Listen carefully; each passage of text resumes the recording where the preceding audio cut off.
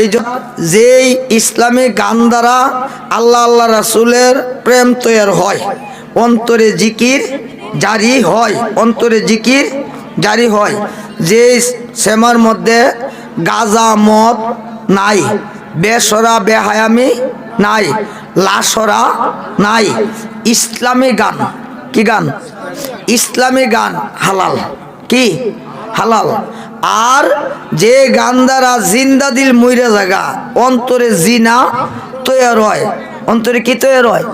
এই চোখ দ্বারা জিনা হয়, মুখ দ্বারা কি হয়? জিনা হয়। যে গান দ্বারা অন্তরে অসুস্থ তৈরি হয়, এই গান বাজনা কিয়ামত পর্যন্ত কি হারাম।